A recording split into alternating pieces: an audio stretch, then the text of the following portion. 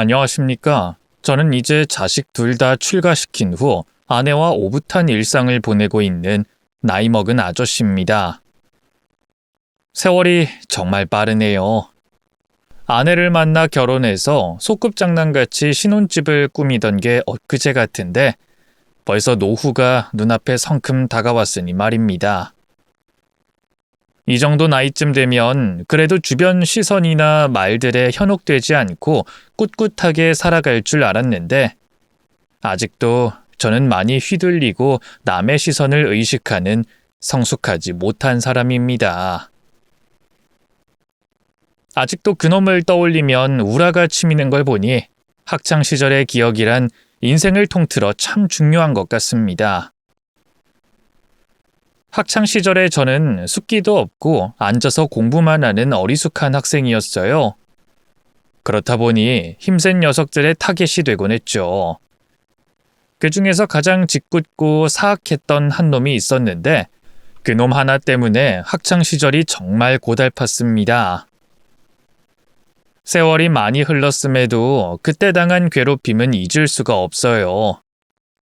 그때 당시엔 어렸기 때문에 학교가 세상의 전부인 줄 알잖습니까? 제 인생 최대의 암흑기가 바로 그때였습니다. 그래도 이악 물고 학창시절을 버텨냈고 졸업을 하고 제 인생을 살다 보니 그럭저럭 잘 풀렸고 살만하다 보니 학창시절은 말끔하게 지워지더군요. 하지만 세월이 흘러도 그때 느꼈던 무력감과 억울함은 가슴속에 남아 있었습니다. 왜 그때 아무것도 할 수 없었는지, 어른들에게 말하지 못했는지 후회가 되더라고요. 아마 지금 고통을 받고 있는 학생들도 저와 같은 심정이었겠죠? 그래도 제가 위안을 받았던 건 적어도 그놈보다는 공부를 잘했고 열심히 살아왔으니 성인이 되고 난 후부터는 제가 더 나은 인간으로 살고 있을 거라는 믿음이 있었기 때문이었습니다. 배우자를 만나면서 저는 더 성숙한 사람이 되었는데요. 할 줄 아는 거라고는 공부밖에 모르는 헛똑똑이었으니 얼마나 답답해 보였겠습니까? 제대로 된 연애라고는 해보지도 못한 채로 병원에서 근무를 했던 시절 자주 방문해 주시던 여성 환자분 한 분이 저한테 묻더라고요. 선생님은 항상 시간이 많으신가 봐요. 네? 휴일이 없으신 것 같길래요. 일만 하면 가족분들이 서운해하지 않나요? 혼자 살고 있습니다. 미혼이거든요. 그럼 여자친구도 없으신 거예요? 네, 그렇습니다. 그러시구나. 그분은 교통사고로 하반신 쪽에 이상이 오는 바람에 치료를 오랫동안 하신 분인데 휠체어를 타고 다니며 꾸준히 재활을 적극적으로 하곤 했습니다. 성격이 워낙 좋으니 저한테 말도 잘 붙이고 사적인 질문도 서슴지 않고 하시더라고요. 그러던 어느 날 그분은 저에게 자기 친구를 소개시켜주겠다고 제안을 했습니다.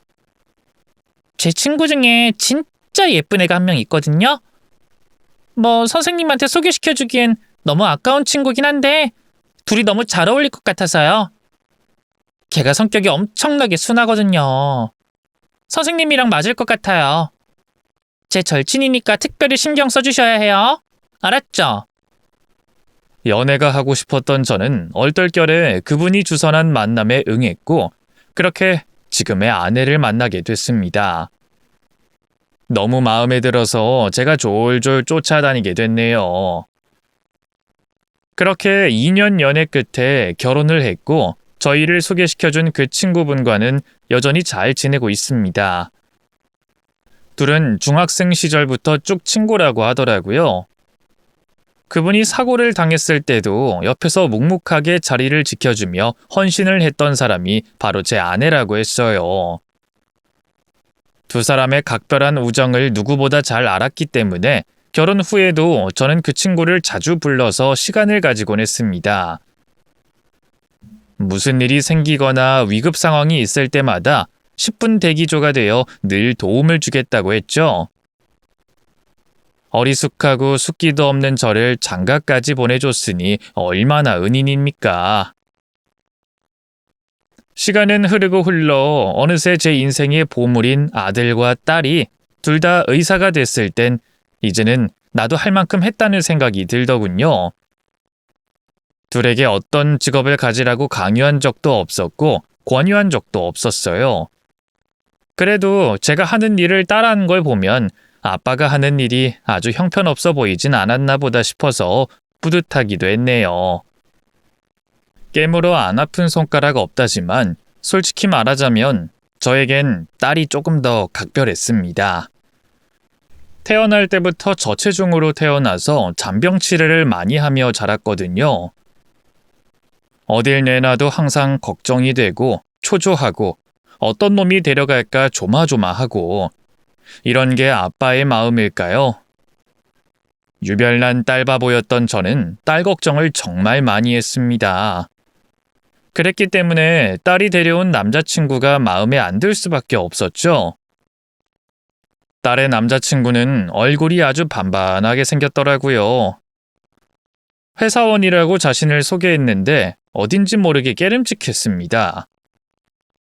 우리 아내 말로는 딸이 대통령이나 재벌을 데리고 와도 당신은 반대부터 했을 거라고 하더군요. 그래도 어쩌겠습니까? 딸이 좋다고 하는데 일단은 응원을 해줘야죠. 단지 조금이라도 아닌 부분이 있더라면 단칼에 끊어내라고 일러뒀습니다. 저희 눈엔 딸이 한없이 아까운 것처럼 그쪽 부모 입장에서도 아들이 세상에서 제일 소중할 거 아닙니까? 남의 자식을 두고 누가 더 낫느니 이런 표현은 유치한 것 같아서 겉으로는 티내지 않고 딸의 남자친구에게 온화하게 대해줬습니다. 그런데 이상한 일이 벌어졌어요. 딸의 남자친구가 다니고 있다는 대기업에 제 절친이 임원으로 있었거든요. 사업부도 같은 것 같길래 딸의 남자친구 이름을 대며 혹시 이런 직원이 있냐고 묻자 그 친구는 핸드폰을 둘러보더니 그런 이름은 없는데 회사 전체에도 없어 하며 답하더라고요. 뭔가 이상하다 싶어서 딸을 불러 자초지종을 물어봤어요. 그랬더니 한참을 망설이다 결국엔 실토하더라고요. 아빠, 미안해. 사실은 거짓말했어. 거짓말이라니? 그럼 네 남자친구가 그 회사에 다니지 않는다는 거야? 그럼 직업이 뭔데? 사실은 공부 중인 사람이야. 공시생인데. 그럼 그렇다고 하면 되지 왜 거짓말을 했어? 좀 그렇잖아. 일단은 평범한 회사원이라고 해야 엄마 아빠가 안심할 것 같아서. 괜히 공부하는 사람이라고 했다가 처음부터 반대할까봐 그게 걱정됐어. 회사 다니고 있다가 공부해서 시험 붙었다고 하면 그만이지 않을까 하는 마음으로. 미안해. 하지만 이번엔 꼭 붙을 거야. 그 나이 먹도록 직업 하나 가질 생각을 안 하고 시험 준비만 했던 거야? 대체 몇 수를 한 건데? 아예 붙을 가능성은 있긴 한 거야? 나도 잘 모르겠어. 하지만 확신이 있대. 그러니까 믿어보는 거야. 아빠가 궁금해서 그러는데 하나만 묻자. 그놈이 대체 왜 좋냐? 시험 준비한답시고 오랫동안 돈도 못 벌고 있는 놈인데 네가 감당할 수 있겠어? 연애야 그렇다 치지만 결혼한다고 생각해봐. 평생 애 하나 책임진다 생각하고 살아야 되는 거야. 남자로서 가정을 책임질 생각조차 하지 않는 놈은 뻔하지. 사랑하는 사람이 생기면 그 사람을 위해 희생부터 해야겠다는 생각을 가장 우선적으로 해야 하는 거야. 처음부터 남의 희생을 당연하게 생각하는 놈이랑 평생을 약속할 수 있겠어? 아빠는 너무 걱정이 된다. 아빠, 걱정해주는 건 너무 고맙지만 일단은 그 사람에 대해서 좀 더 알아가고 싶어. 나는 그 사람을 사계절 내내 봐오면서 의심보단 확신이 들었거든. 이 정도로 확신이 없었더라면 엄마 아빠한테 그 사람을 소개시켜주진 않았을 거야. 그러니까 나를 좀 믿어주면 안 될까? 나는 그 사람의 직업보다 인성이 좋아서 만나는 거야. 아빠도 엄마를 만났을 때 배경 같은 건 아무것도 중요하지 않았다며. 단지 그 사람이 좋아서 결혼까지 생각하게 된 거라며. 나도 똑같아. 편견 없이 그 사람을 만나다 보니까 여기까지 온 거야. 직업만 보고 그 사람을 판단하지 말아줘. 시험을 준비하고 있다는 것조차 영 미덥지가 않더라고요. 자세히 물어보니 미세한 점수차로 아깝게 떨어진 것도 아니고 터무니없는 점수로 매번 낙방을 했다고 합니다. 시험 공포증이라나 뭐라나, 시험 날만 되면 배가 아프고 긴장이 돼서 실력 발휘를 못하고 있다고 하는데 이번엔 뭐가 다르겠습니까? 아무래도 이건 좀 아니지 않냐고. 고생길이 훤하게 열렸는데 왜 힘든 길을 가냐고 말렸음에도 불구하고 딸은 그 사람이 아니면 안 된다고 울기까지 하더라고요. 딸의 눈물을 보니 이미 말리기엔 늦었구나 싶었습니다. 결국엔 두 손 두 발 다 들고 말았죠. 적극적으로 뜯어 말려봤자 더 견고해지고 불타오르는 게 사랑 아닙니까? 결국엔 둘이 결혼 준비를 하겠다고 하더군요. 그래도 만나다 보니 사윗감이 꽤 성격도 좋고 노력하는 모습을 보이길래 저와 아내의 마음도 조금씩 열렸습니다. 더 이상의 욕심 없이 둘이서 잘 먹고 잘 살면 그만이라는 생각을 하며 둘의 앞날을 축복해줬어요. 다른 건 몰라도 현명한 제 딸이 그 어떤 위기가 와도 잘 헤쳐나갈 거라는 믿음이 있었습니다. 그렇게 상견례 날짜가 성큼 다가왔습니다. 은근히 긴장이 되더라고요. 그날 그 자리에서 예상치 못한 사람을 만날 거라고 상상조차 하지 못한 채로 제가 가장 먼저 그 자리에 도착했습니다. 아내가 예비 사돈에게 드릴 선물을 하나 사겠다며 백화점에 들리자고 했는데 이미 사돈 쪽에서는 식당 근처에 다 왔다고 해서 아내가 선물을 포장하는 동안 제가 먼저 가서 기다리기로 했어요. 잠시 기다리자 사돈 쪽에서 들어오더라고요. 처음에는 못 알아보고 처음 뵙겠다고 인사를 드리자 그쪽에서 먼저 저를 유심히 보더니 제 이름을 불쑥 묻더라고요. 혹시 땡땡 고등학교 나왔습니까? 이름이 김명환? 제 이름은 어떻게 아시는지요? 너 나 기억 안 나냐? 아유, 이거 서운한데. 네? 나 규석이. 우리 같은 반이었는데. 그 이름을 듣자마자 온몸에 털이 바짝 서는 기분이 들었습니다. 규석이라는 놈이 누구냐고요? 바로 제 학창 시절을 고달프게 한 원흉이자 가장 지우고 싶었던 이름. 저를 가장 많이 괴롭히던 동창놈이었습니다. 얼굴을 보니 많이 달라졌더라고요. 그때는 좀 더 날렵하고 날카롭게 생겼는데 나이가 드니 좀 더 둥글둥글해져서 인상이 순해졌습니다만 표독스러운 눈빛만큼은 그대로더군요. 자신을 숨겨도 모자랄 판에 그놈은 뭐가 그리 반가운지 제 손을 두 손으로 꽉 잡고 세차게 흔들더라고요. 야 임마, 너 의사 됐다는 얘긴 들었는데 야 어떻게 이렇게 만나냐? 그땐 키가 더 작았던 것 같은데 언제 이렇게 몸이 커졌냐? 멸치 같던 놈이 이제야 좀 사람다워졌네. 당장이라도 그 자리를 파토내고 도망가고 싶을 지경이었습니다. 제 딸이 그놈의 며느리가 된다는 건 절대로 용납할 수 없었어요. 그놈은 이 우연이 무척이나 신기한지 안사돈에게 끊임없이 제 얘기를 하더라고요. 이게 진짜 얼마만이야? 얘가 내 꼬봉이었어. 여보, 아무리 그래도 꼬봉이라는 말은 좀. 꼬봉이었으니까 꼬봉이라고 하지. 그땐 이놈 말도 제대로 못했어. 그래서 사람 구실이나 제대로 할 수 있으려나 했는데 언제 결혼까지 해서 자식을 낳았어? 세상 진짜 좁긴 해. 내가 이놈이랑 사돈이 될 거라는 걸 누가 알았겠어. 내 꼬봉이었던 놈이 사돈이 되니까 이거 운명 같은데? 야 명환아, 너 기억나냐? 네 도시락에 유독 반찬이 많아가지고 내가 매일같이 먹었잖냐. 네가 나한테 빵도 사주고 우유도 사주고 참 많이도 했지. 내가 죽으라면 죽는 신용까지 하던 놈이었다니까. 글쎄, 기억이 잘 안 나네. 아니 무슨 소리야. 난 네가 싸온 도시락에 어떤 반찬이 있었는지 종별로 세세하게 기억이 다 나는데. 아유 이거 서운하네. 아니, 나는 너랑 절친한 사이였다고 생각했는데 넌 아니었나 봐. 어쩐지 연락을 해도 안 받더라. 내가 임마 널 찾으려고 얼마나 애썼는지 아냐? 우리 아버지 입원했을 때 너한테 도움 좀 받을까 하고 전화번호 알아내서 연락했더니 받질 않더만. 의사 되더니 애가 변했나 했지. 아이 친구 좋다는 게 뭐냐? 이렇게 사돈도 맺게 됐는데 이젠 자주 보고 부부 동반 모임도 가끔 하자고. 너 골프 치냐? 날 잡아서 필드나 좀 나가보자. 우리 꼬봉 실력 좀 봐야지. 언제나 내 도시락을 뺏어 먹고 그것도 모자라 이것저것 사오라고 시키던 악질이던 놈이었습니다. 저희 어머니는 아들이 괴롭힘을 당하고 있는 줄도 모르고 아들이 잘 먹는다며 반찬을 가득 담아주시곤 하셨죠.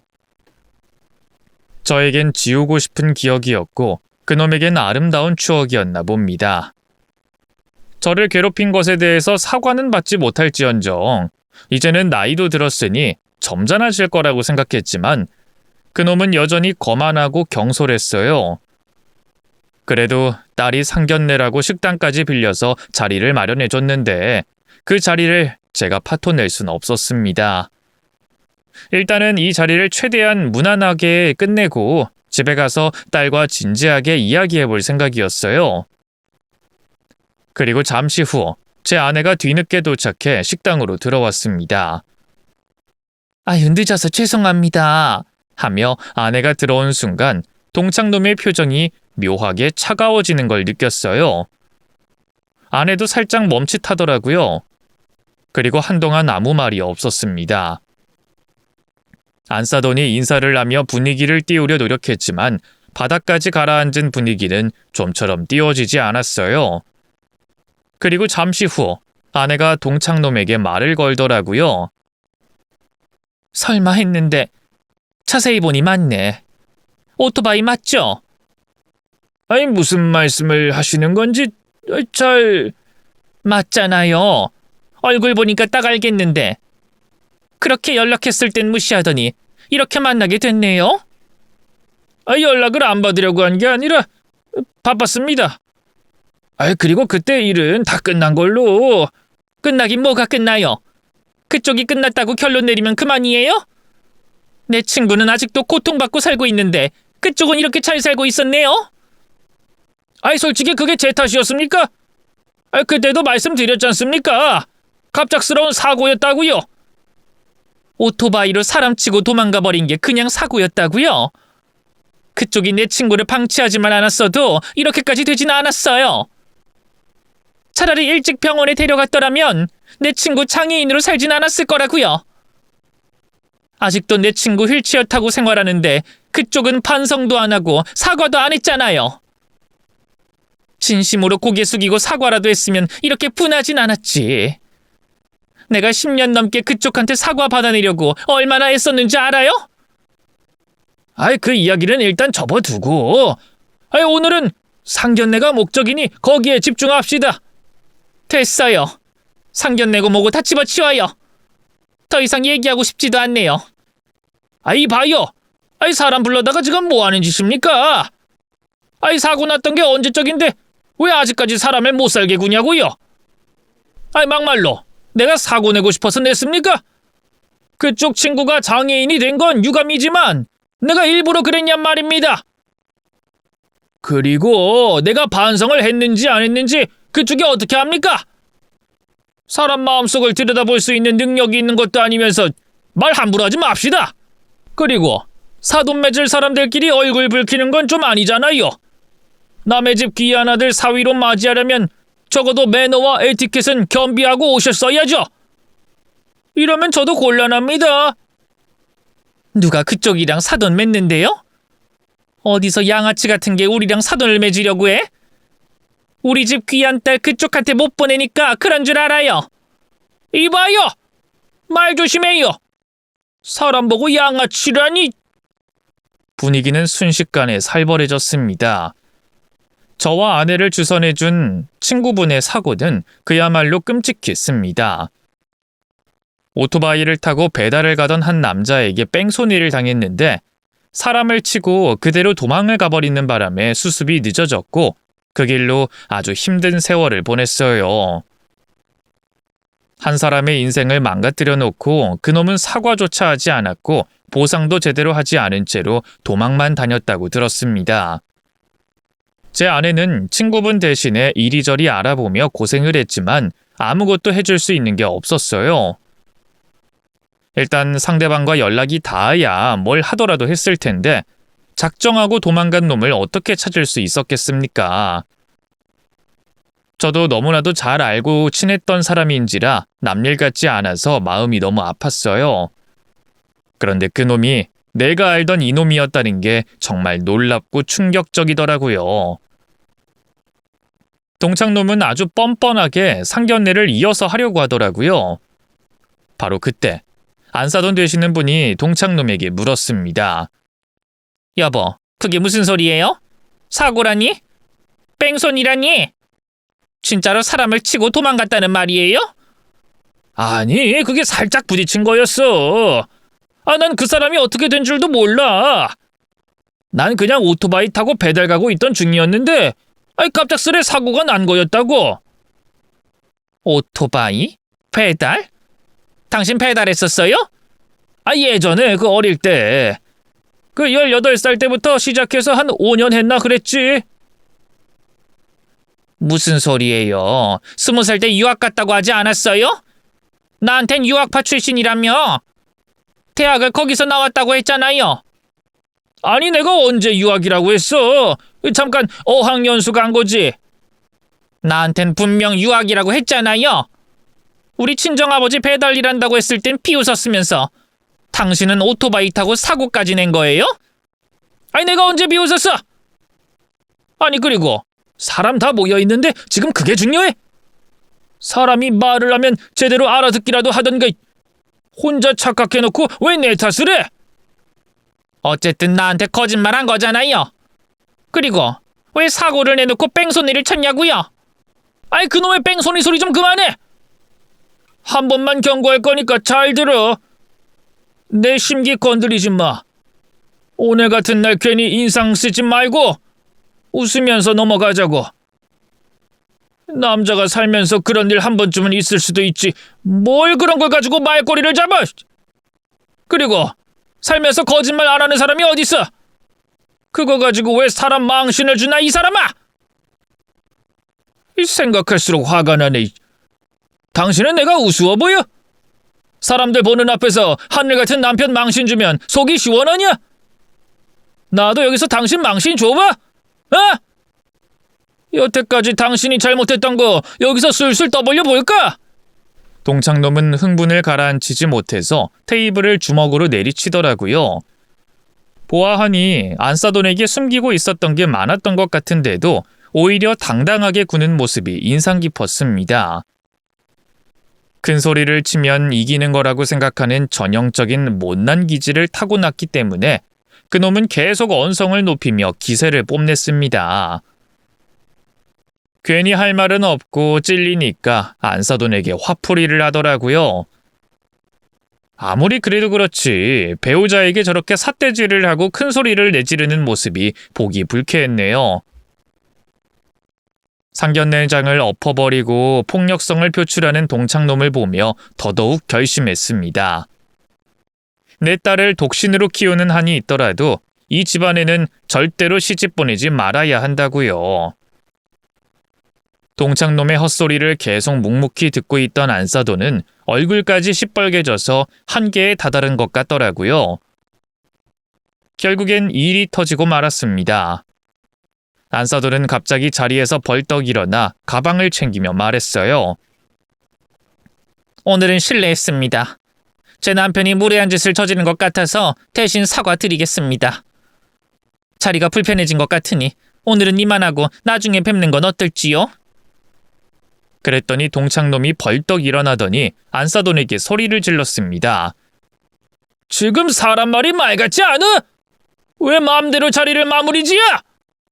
분위기 안 보여요? 당신 때문이잖아요. 뭐가 내 탓이야? 이 사람이 진짜 사람을 무시해도 유분수짓. 나를 두고 먼저 일어나는 건 무슨 경우야? 살다 남편 두고 먼저 일어나는 여편네는 처음이네. 애들이 우릴 보고 뭘 배우겠어? 바로 그때였습니다. 안사돈이 참다 손을 들어 동창놈 따귀를 때려버리더라고요. 그놈은 어안이 벙벙해서 볼을 만지며 안사돈을 쳐다봤고 안사돈은 경멸의 눈빛을 쏘며 이렇게 말했습니다. 늘 이런 식이었지. 입만 열면 거짓말에 허풍에 아주 찌긋찌긋해. 이 여편네가 미쳤나? 그래, 미쳤다. 내 인생 망친 것도 모자라서 우리 아들 인생까지 망가뜨리려고 작정했어? 그러고도 네가 사람 새끼야? 도움이 안 되면 가만히라도 있던가. 따라오지 마! 안사돈은 결국 먼저 자리를 박차고 나가버리셨습니다. 동창놈은 잠시 당황해서 엉거주춤 서 있더니 외투를 챙겨 인사도 안 하고 따라 나가더라고요. 엉겁결에 사위도 일어나더니 죄송합니다. 일단 저도 따라가겠습니다. 하며 식당을 나가버렸습니다. 결국 제 아내는 울음을 터뜨리더군요. 친구의 인생을 망가뜨린 주범인 놈이 예비 사돈으로 등장했다는 게 너무나 충격적이었나 봅니다. 결국 딸과 함께 아내를 추스리고 집에 돌아왔죠. 집에 돌아온 후 얼마 지나지 않아 사위가 뒤늦게 찾아왔더라고요. 상견례가 그런 식으로 끝이 나버려서 민망했는지 사위는 과일 한 박스를 사들고 머쓱한 표정으로 저에게 와 물었어요. 그렇게 먼저 가버려서 정말 죄송했습니다. 집에 잘 들어가셨습니까? 그래, 잘 들어왔으니 지금 여기 있겠지. 저희 부모님께서 원래 그러신 분들이 아닌데 가끔씩 다투실 때마다 살벌해질 때가 있거든요. 평소엔 정말 사이 좋으십니다. 저희 아버지가 다혈질이긴 하지만 워낙 정이 많으세요. 저희 아버지랑 동창이셨다면서요? 그러면 저보다 더 잘 아시지 않습니까? 그래, 잘 알지. 자네 아버지에 대해선 내가 아주 훤히 알고 있어. 상견례는 다시 날짜를 잡아서 마무리 짓는 게 어떠신지요? 저희 아버지께서 많이 미안하다고 전해달라 하십니다. 오늘은 일단 돌아가게. 가능한 날짜라도 알려주시면 어떠신지. 돌아가라니까! 지금 우리 집 상황 안 보여? 그리고 우리가 다시 연락 줄 때까지 우리 딸한테 연락하지 말게. 네? 그게 무슨 말씀이신지. 알아들었으면 나가봐. 저 아버님, 제 말 좀 들어보시고. 나가라니까! 그 녀석은 눈치도 없이 상견례 날짜를 다시 잡자고 달려들더라고요. 화가 나서 나가라는 소리를 질렀죠. 도저히 안 되겠다 싶어서 딸을 불러 단호하게 이야기했습니다. 하나를 보면 열을 아는 법이야. 나는 저런 집안에 우리 딸 못 보낸다. 내 눈에 흙이 들어오는 한이 있어도 이 결혼은 절대 안 돼. 아빠, 정말 미안한데 나도 너무 혼란스러워서 그래. 뭐가 뭔지 하나도 모르겠어. 갑자기 헤어지라니까 당혹스러워. 딸은 계속 눈물을 흘리더라고요. 저는 최대한 침착하고 차근차근 설명했습니다. 부모를 보면 자식을 아는 법이다. 그놈은 나를 동창이랍시고 아는 척을 했지만 나는 그놈이 끔찍하게 싫었어. 요즘 연예인들 보면 학폭 논란으로 하차 많이 하잖아. 그놈이 그런 놈이었어. 악질 중에 악질이었지. 내가 언젠가 얘기했던가? 인생에서 학창시절이 가장 고달팠다고. 그 이유가 바로 저놈 때문이었어. 그 당시엔 매일 일어나는 것 자체가 고역이었지. 학교 가면 그놈을 만날까봐 전전긍긍하고 긴장하고 불안해하면서 그렇게 하루하루를 버텼어. 하지만 그놈은 내가 힘들었던 것조차 모르는 놈이야. 오늘 그걸 확실하게 알았지. 심지어 그놈은 네 엄마 절친의 인생을 앗아간 파렴치한 인간이야. 심지어 그때 그놈은 무면허였어. 성인도 안 된 놈이 면허도 없이 오토바이를 타고 다니다가 그 사고를 낸 거야. 그놈은 그런 짓을 저지르고도 저렇게 뻔뻔하게 가정까지 잃었고 꼴에 집안의 가장이랍시고 대접받고 살았던 거란다. 그런 집안에 네가 시집을 간다면 행복할 수 있겠어? 저렇게 여자의 인권을 발끝만큼도 취급해주지 않는 놈이 며느리라고 존중해질 것 같으냐? 안 봐도 뻔하지. 난 말이다. 적어도 우리 딸이 귀한 대접을 받을 수 있는 그런 집안에 시집 가길 바래. 그러니까 아빠 말 좀 들어. 이렇게 부탁할게. 너도 알겠지만 아빠한텐 우리 딸이 전부야. 하나밖에 없는 우리 소중한 딸을 불행하게 만들 수 없어. 울기만 하는 딸을 붙들고 저도 울면서 애원했습니다.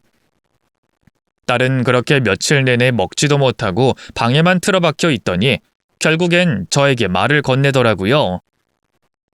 아빠, 나 그 사람이랑 헤어지려고. 도저히 안 되겠어. 아빠 마음 아프게 해서 정말 미안해.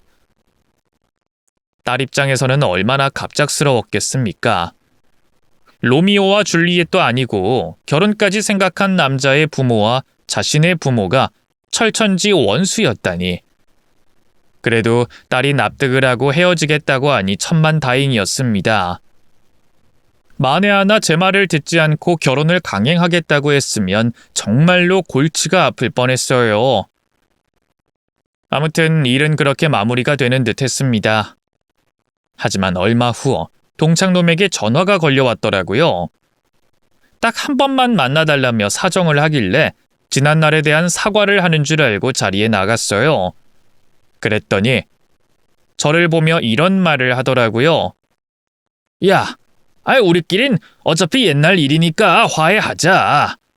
그땐 우리가 너무 어렸잖냐. 너도 알다시피 내가 좀 거칠어가지고 오해도 많이 받아. 솔직히 친구끼리 놀다 보면 빈정 상할 수도 있고 기분 나쁠 수도 있는 거지. 난 네가 날 좋아해서 그렇게 해주는 줄 알았지. 그리고 임마, 싫으면 말을 했어야지. 난 그것도 모르고 우리가 각별한 줄 알았잖아. 아무튼 난 분명히 너랑 화해한 거다. 아들놈이 자꾸 이상한 소리를 해대는 바람에 골치 아파 죽겠어. 네 와이프 요즘 상태는 어떠냐? 네가 가서 잘 좀 말해주면 안 될까? 네 딸이 우리 아들한테 헤어지자고 말했다며. 아들놈은 그게 나 때문이라고 난리를 쳐가지고 지금 집안에서의 내 위치가 아주 위태로워. 한 집안의 가장이 이딴 취급받으면 되겠냐?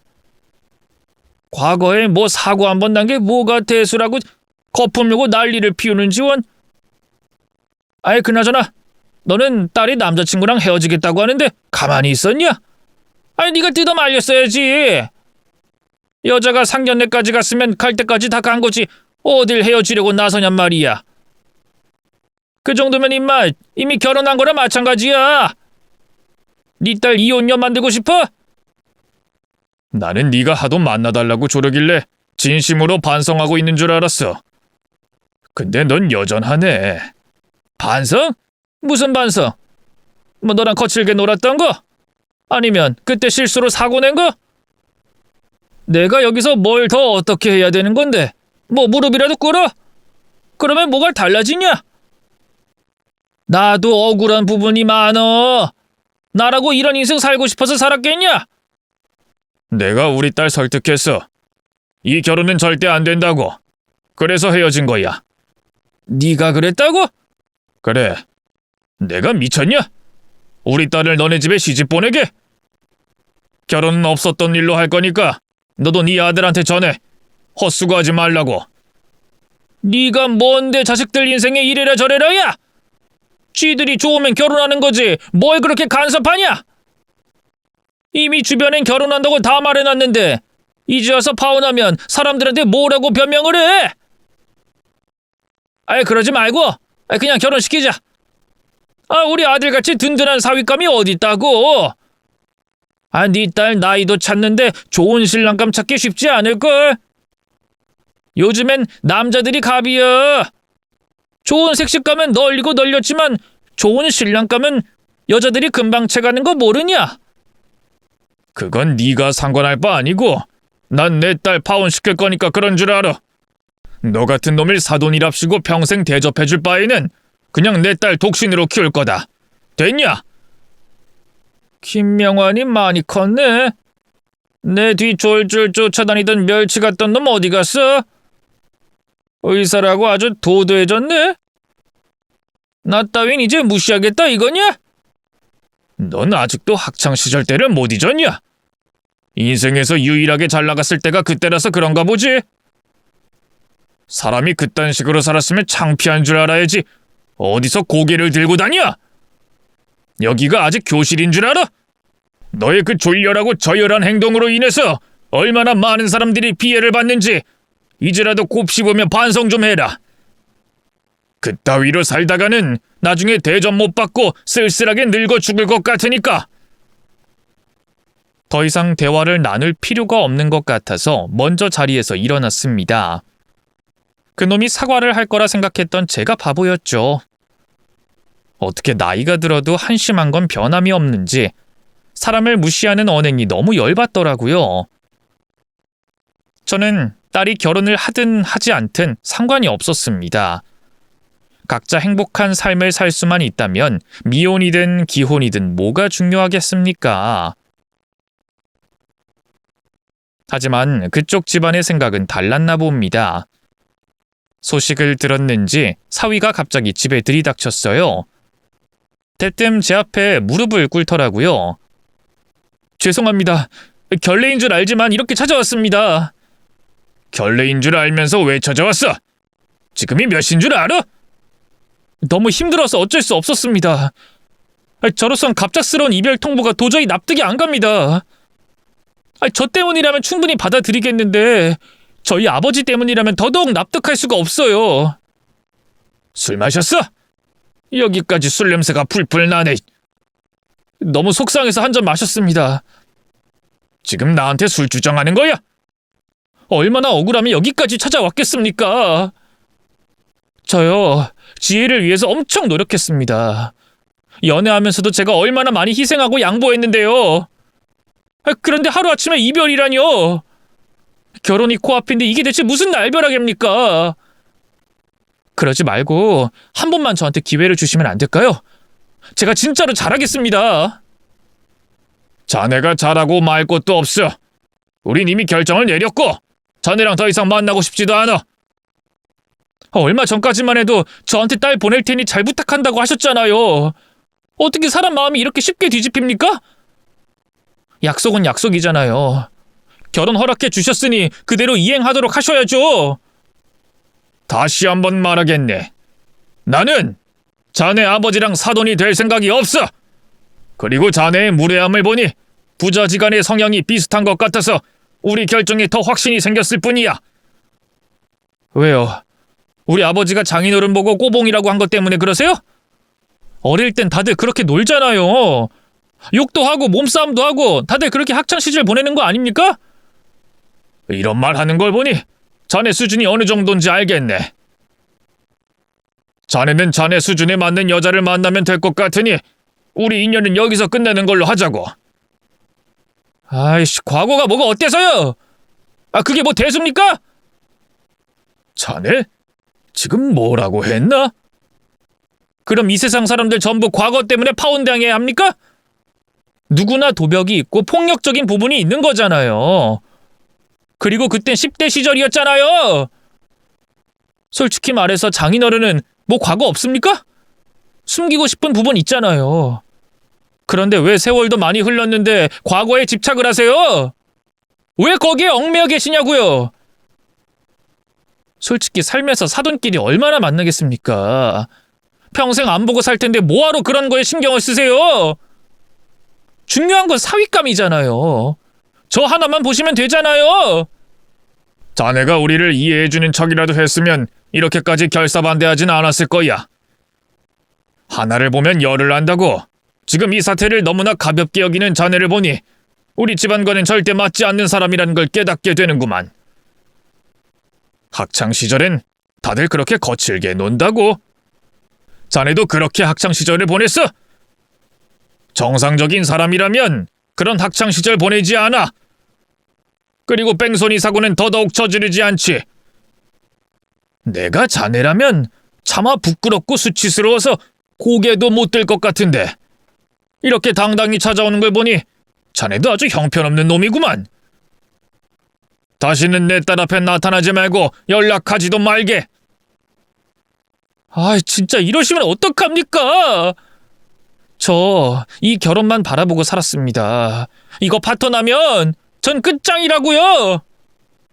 젊은 남녀가 만나고 헤어지고 반복할 수도 있지 뭘 그래? 이 결혼을 기대한 건 우리도 마찬가지야. 피차 타격이 있겠지만 여기서 멈추는 게 낫지. 결혼까지 했어봐. 생각만 해도 끔찍하네. 그런 말씀하지 마시고요. 저희는 아직 사랑하고요. 평생 행복하게 살 자신 있습니다. 왜 우리 둘의 사랑을 장인어른이 방해를 하십니까? 저희가 못 헤어지겠다면 어쩌실 건데요? 도망이라도 가겠다면 어쩌실 거냐고요? 이놈이 아주 못하는 소리가 없네. 뭐? 도망? 정신 나갔어? 이렇게 된 거 저도 이판사판입니다. 저는 사랑하는 지혜랑 절대로 못 헤어지겠고요. 장인어른이 반대하든 말든 전 이 결혼 진행시킬 겁니다.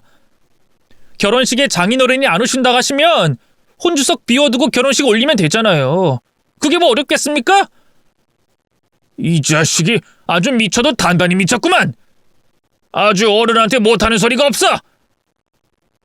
장인어른이 저를 이렇게 만드셨어요. 그러게 얌전히 계셨으면 대접이라도 받으셨겠죠. 이제 저는 더 이상 장인어른 존중 안 할 거니까 그런 줄 아세요. 저희가 나중에 결혼하고 아이 낳더라도 절대로 장인어른한테 안 보여줄 겁니다. 손주 만날 생각 추호도 하지 마세요. 요즘엔 자식한테 대접받으려면 부모가 노력해야 한다는 거 모르세요? 아무튼 저는 제 의견 말했습니다. 지혜랑 저는 절대로 못 헤어져요. 그 말을 하는데 눈빛이 정말 날카롭더라고요. 지 아비의 눈빛과 완전히 똑같았습니다. 여태껏 저한테 허허실실 웃으며 성격 좋은 척은 다 하더니 이제 와서 본색을 드러내더군요. 겉과 속이 확연히 다른 모습을 보니 이놈이 진짜 화가 나면 큰일 저지르겠구나 싶어서 소름이 돋더라고요. 무엇보다 딸을 지키는 게 우선이었습니다. 이렇게 강하게 거절하면 우리 딸에게 피해가 갈까봐 태도를 바꿔서 타일렀어요. 아이 젊은 시절엔 사랑이 전부라는 거 이해해. 나도 그랬거든. 하지만 결혼이라는 건 집안과 집안과의 만남이고 우리는 자네 아버지에게 씻을 수 없는 상처를 받았어. 아무리 사돈끼리는 안 보고 산다고 하지만 어쨌든 우린 이왕이면 마음이 잘 맞는 사돈을 만나고 싶어서 그래. 자네가 여태껏 노력한 거 잘 알지. 하지만 세상에 여자가 우리 딸밖에 없는 것도 아니고 조금만 시간이 지나면 다른 사람이 눈에 들어올 수도 있잖아. 그러니까 서로 어느 정도의 시간을 좀 가지라는 거야. 지금은 우리 서로 너무 감정이 격해졌으니까 떨어져 있을 시간이 필요하다 이 말이야.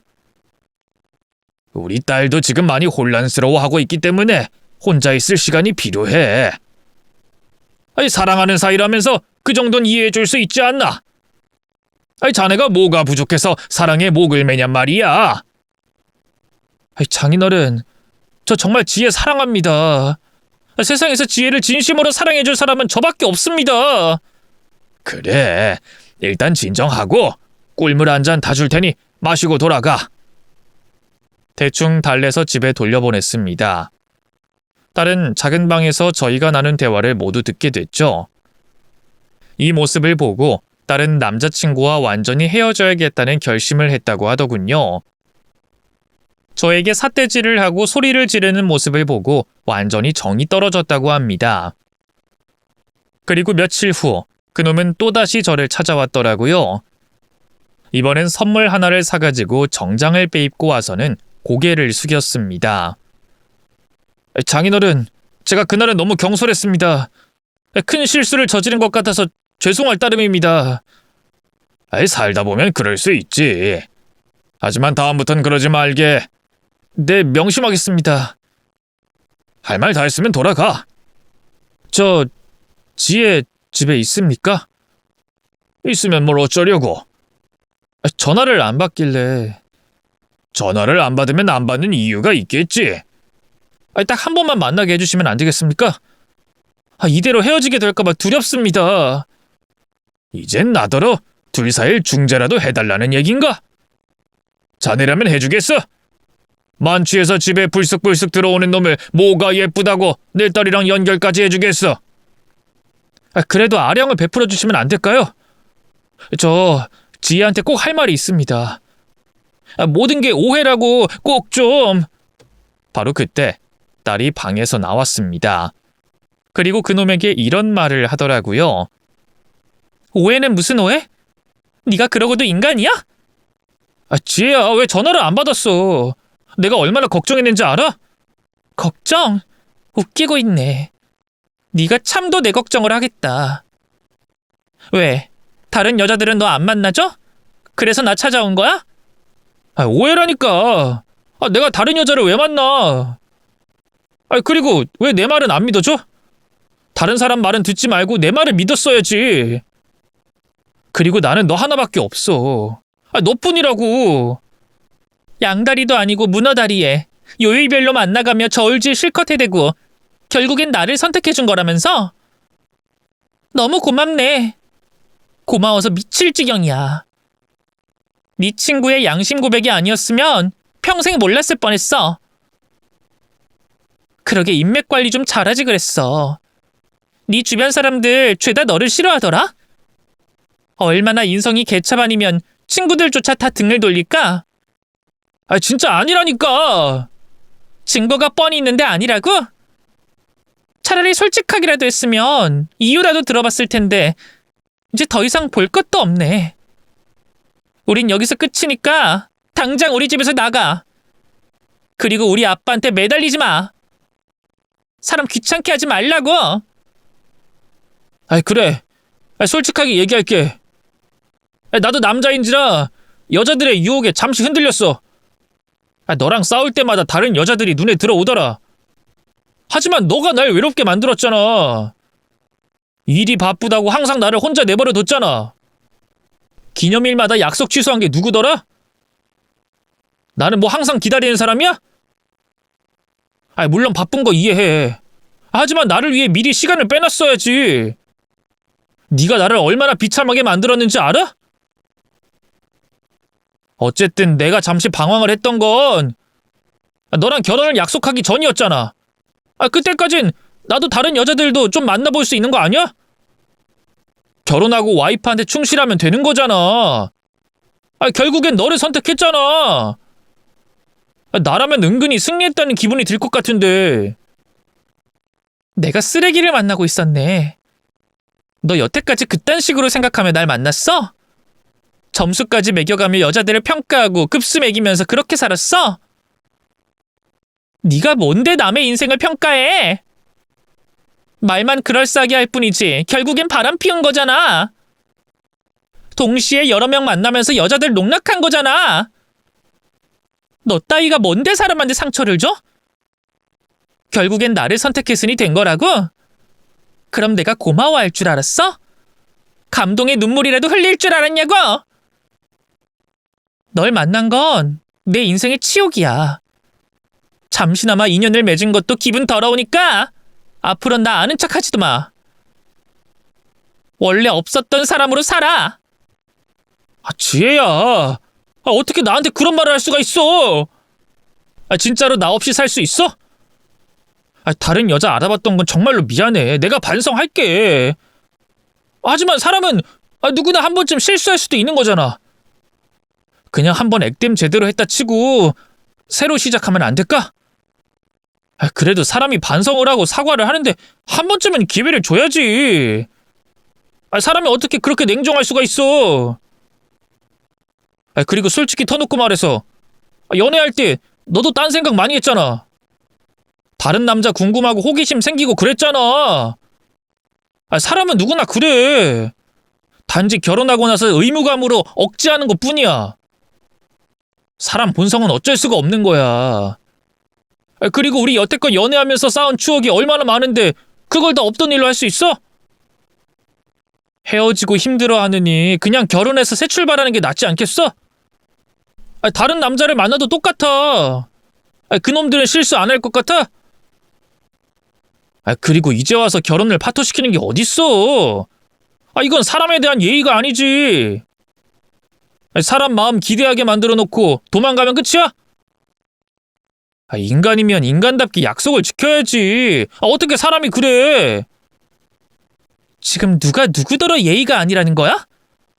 잘못은 네가 먼저 저질러 놓고 내 탓을 하는 거야? 연애 시절에 실수한 거 그거는 결혼하면 아무것도 아니라니까.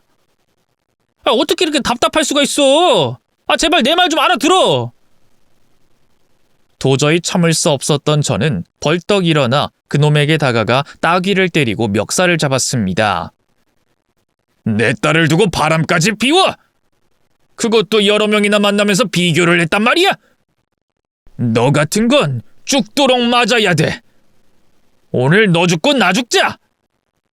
제가 달려들자 그제야 그놈은 벌벌 떨면서 죄송합니다. 진짜 실수였어요. 하며 싹싹 빌더라고요. 제가 눈이 뒤집힌 채로 달려들자 그놈은 비겁하게 도망을 가고 말았습니다. 그리고 다시는 나타나지 않았어요. 아주 파렴치한 놈이었죠. 어떻게 바람을 피워놓고 당당한 태도를 유지할 수 있는지. 그래도 어쨌든 제 딸이 정신을 차리고 완전히 이별을 하게 돼서 다행이었습니다. 물론 그 후로 몇 번씩 제 딸에게 연락을 하고 용서를 해달라고 매달렸다고 하는데 제 딸이 은근히 칼 같은 면이 있습니다. 단번에 사람을 잘라내더라고요. 그 후로 동창놈에게 딱 한 번 연락이 온 적이 있었습니다.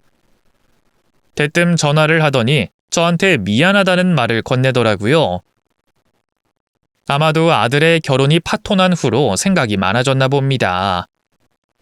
미안하다는 말은 들었지만 받아주지 않았어요. 들어보니 술이 잔뜩 취한 목소리로 횡설수설하더라고요. 술을 먹어야 용기가 생기는 건 아비나 아들이나 똑같나 봅니다. 그 후로 3년 뒤 딸은 좋은 신랑감을 만나 결혼을 했습니다. 그리고 지금은 아이 하나를 낳고 잘 살고 있어요. 지금의 사위는 정말로 마음이 넓고 성실하고 착한 사람입니다.